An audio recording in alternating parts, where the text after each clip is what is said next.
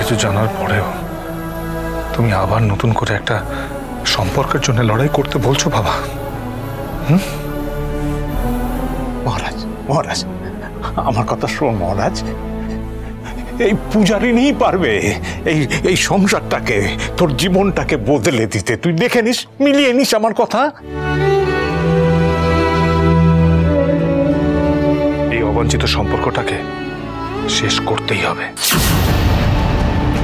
তুমি আর জেগে থেকো না বাবা, শুয়ে পড়ো। মহারাজ, মহারাজ,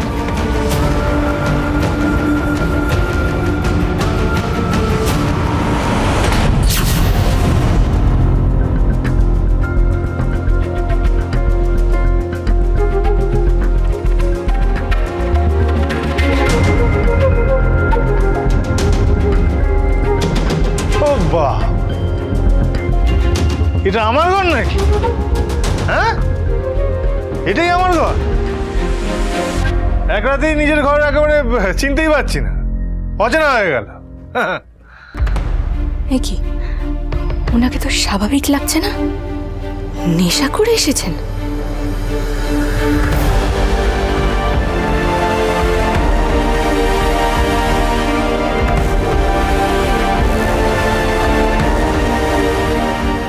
এত সেজে কার জন্য অপেক্ষা করছেন আপনি? হ্যাঁ, কার জন্যে? আপনাকে বলছি, কার জন্য অপেক্ষা করছেন?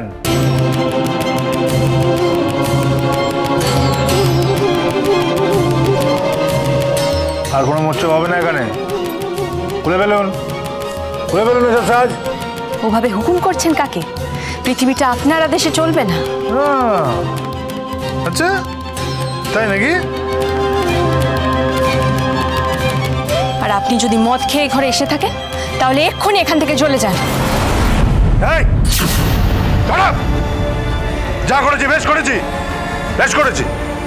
যদি আমাকে যেতেই হয় তাহলে আমি অবাঞ্ছিত সম্পর্ক থেকে বেরিয়ে যাব। এই ঘর থেকে নয়, এটা আমার ঘর। আমাকেও বলা হয়েছে এই ঘরটা এখন আমারও। কি কি কি কে বলেছে সব? কার তো সাহস? ঠাম্মি, মিলি, এরা সবাই বলেছে। যদিও এই বিষয়ে আমি আপনার সাথে এত রাতে তর্কাতর্কিতে যেতে চাই না। তর্কাতর্কি আপনার রক্তে। আপনার এই ঝগড়ুটে স্বভাবটা ফুলের সাজে ঢাকা পড়েনি। হ্যাঁ, এই ফুলের সাজে যেমন আমার স্বভাবটা ঢাকা পড়েনি, তেমনি এত ফুলের গন্ধেও আপনার ওই মদের গন্ধটাও ঢাকা পড়েনি। আপনার কি মনে হয় আমি ঢেকে ঢুকে চলি? ঢেকে ঢুকে চলি আমি? আপনার ব্যাপারে আমার আর কিচ্ছু মনে হওয়ার নেই।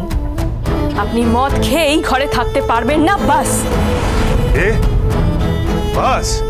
কে কে কে? এত রোয়াব আপনার? হ্যাঁ,